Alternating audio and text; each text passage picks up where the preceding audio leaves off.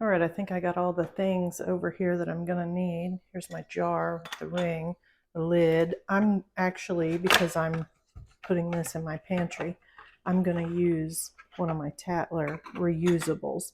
It has the rubber ring that goes on the flat.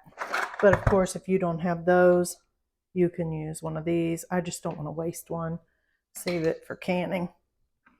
Okay, so I think in this jar I'll be able to fit 3 times the mix. So what I'm going to do is multiply each one of these by 3 and see what I get. All right, it ends up being 2 cups of flour, a heavy half cup of sugar, 3 tablespoons of baking powder, 1.5 cups of yellow cornmeal, and 3/4 teaspoon of salt. So I'm going to use my canning funnel here, and we're going to start layering the stuff in. We'll start with the heavy stuff first. So there's my 2 cups of flour. Next we'll do the cornmeal, 1.5 cups. Put that in. We're going to go ahead and give these 2 a stir before it gets any fuller. That way it can settle down in. Okay. We'll shake it all up at the end. 1/2 cup of sugar. We'll just pour that in.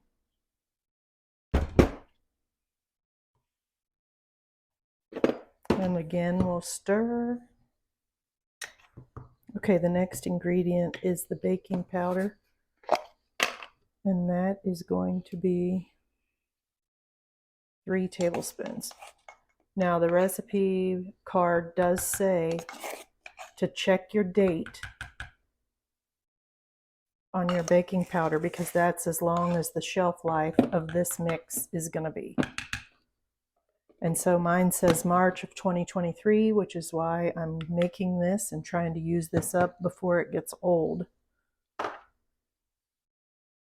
Now all we have to add in here is the salt. I'm using pink Himalayan. You can use whatever kind of salt you want, but it triples to 3/4